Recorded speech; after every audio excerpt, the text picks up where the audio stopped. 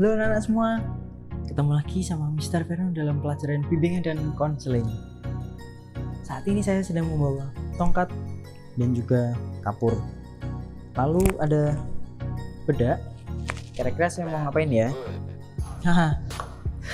Sepertinya kalian sudah bisa menebak. Dan di belakang saya ada meja hijau beserta bola-bola. Lalu ada materi untuk kalian. Nah, saat ini saya mau mengajak kalian untuk belajar tentang kecerdasan majemuk. Kecerdasan majemuk atau multiple intelligence. Kecerdasan yang banyak jumlahnya itu. Banyak macamnya. Jadi anak-anak, setiap orang yang lahir di dunia ini, setiap anak yang lahir itu pasti dibekali dengan banyak sekali kecerdasan. Termasuk juga kalian. Gini loh, jangan sampai kalian berpikir bahwa saya cuma punya satu kecerdasan aja. Bukan itu. Cara berpikirnya seperti ini anak-anak. Saya itu punya banyak kecerdasan. Hanya saja tidak semuanya bisa saya kembangkan, tidak semuanya bisa saya latih. Oke. Maka hanya yang terlihat hanya mungkin 1, 2, atau 3 kecerdasan yang paling menonjol, paling kalian latih akan paling kelihatan gitu. Oke, tapi bukan berarti yang lain kalian tidak punya. Kita mau bahas satu persatu anak-anak, beserta ciri-cirinya ya. Yang pertama, kecerdasan berbahasa. Ciri-cirinya kecerdasan berbahasa itu suka menulis berkata-kata secara sistematis, secara runtut gitu. Terus menikmati waktu luang dengan membaca berbagai buku. Mempunyai beragam kosakata. Peka terhadap kesalahan penulisan atau pengucapan. Terus ingin untuk mengikuti berbagai bahasa. Dan kalau kamu punya kecerdasan berbahasa itu, ketika kamu bicara dengan orang lain, orang itu akan mudah memahami apa yang jadi maksud perkataanmu gitu ya. Masa semua orang yang lahir di dunia ini tidak punya kecerdasan berbicara sih? Pasti dibekali untuk itu kan, hanya saja terlatih atau tidak gitu. Ya, untuk menulis, untuk berkata-kata, terus menguasai beragam bahasa gitu. Oke, lanjut yang kedua, kecerdasan logis matematis. Ciri-cirinya mampu melakukan pengolahan data, menghitung berdasarkan angka anak.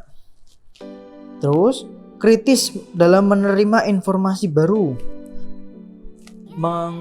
mengutamakan logika daripada perasaan dalam mengambil keputusan. Oke. Berikutnya, suka mengatur strategi dalam mencapai tujuan. Tertarik untuk mengetahui bagaimana suatu alat berfungsi.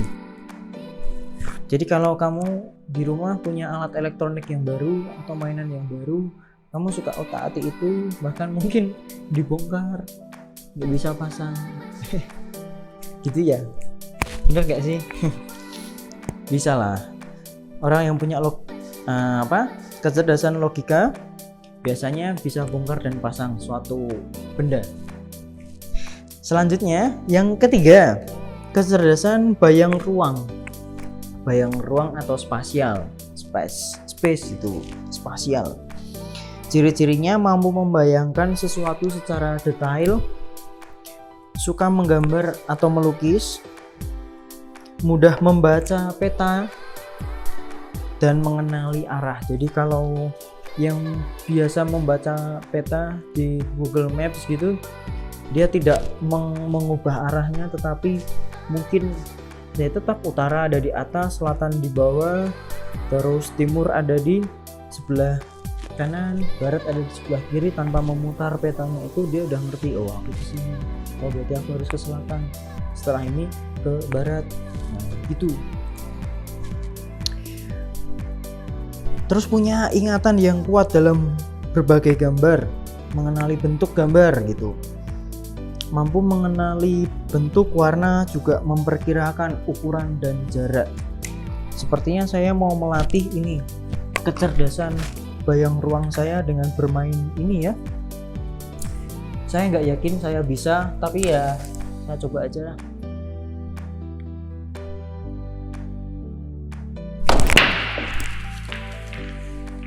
Oke, belum berhasil. Yang keempat anak-anak, kecerdasan olah tubuh. Ciri-cirinya mempunyai tingkat energi yang tinggi untuk beraktivitas, suka berkegiatan di luar ruangan maksudnya. Salah, saya harus ke sana. Punya koordinasi tubuh yang bagus untuk bergerak. Biasanya untuk yang suka ngedance atau olahraga, nah ini pasti tinggi kecerdasan ini. Suka belajar praktik secara langsung, terampil dalam membuat kerajinan tangan.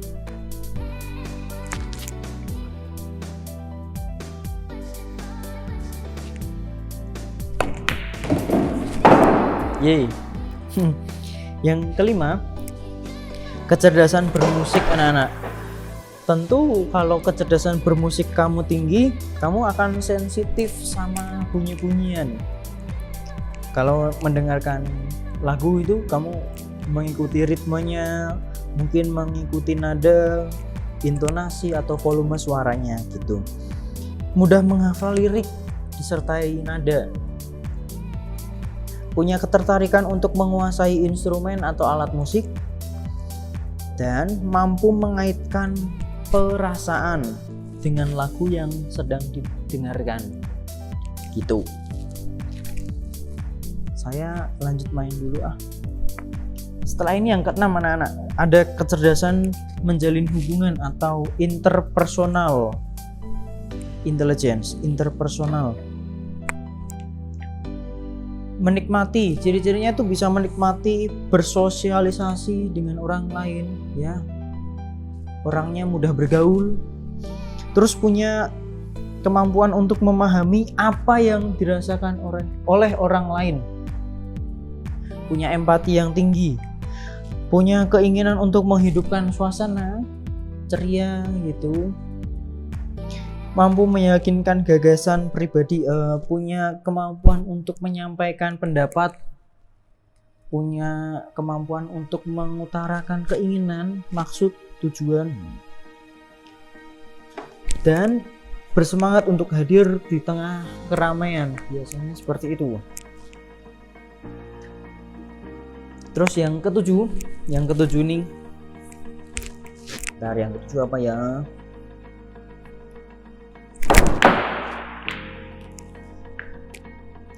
Yang ketujuh, kecerdasan untuk memahami diri atau intrapersonal intelligence. Kalau tadi kan interpersonal, saya dengan orang lain. Nah kalau ini tuh intrapersonal, jadi saya dan diri saya sendiri. Kecerdasan untuk memahami diri ya, ciri-cirinya selalu mengusahakan untuk lebih mengenal diri sendiri. Punya punya kemampuan untuk bisa berbicara dengan diri sendiri, dalam artian gini, kamu bisa memahami apa yang dimaksudkan oleh akal budi dan hati nurani kamu. Jadi ketika kamu melakukan sesuatu, kamu bisa, oh ternyata ini salah, ini buruk buat aku, nah ini baik untuk aku, ini benar yang aku lakukan. Nah, semacam itu contohnya. Terus punya kemandirian dalam bertindak dan tidak mudah dipengaruhi oleh orang lain. Biasanya dia juga ingin memberikan manfaat, ingin berusaha untuk bisa membantu orang lain tanpa harus terlihat. Biasanya begitu. Kedelapan, Kedelapan itu kecerdasan lingkungan anak-anak. Bentar sambil main, penasaran saya.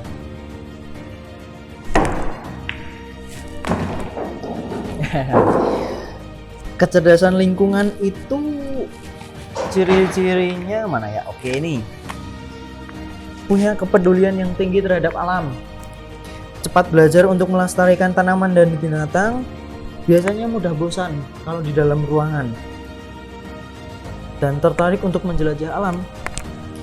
Punya kemampuan alami untuk cepat memahami gejala alam, misalnya kamu merasa gerah, kepanasan gitu, mungkin nanti sore mau hujan, contohnya seperti itu. Yang terakhir, kemampuan untuk memahami atau mengenali beragam flora dan fauna gitu, otomatis suka bermain ke hutan atau ke kebun binatang gitu anak-anak. Untuk sementara ini kita masih belajar secara umum dulu, secara garis besar. Nanti akan kita perdalam ketika tatap muka online ya, atau di pertemuan berikutnya. Oke, selamat belajar, bye bye.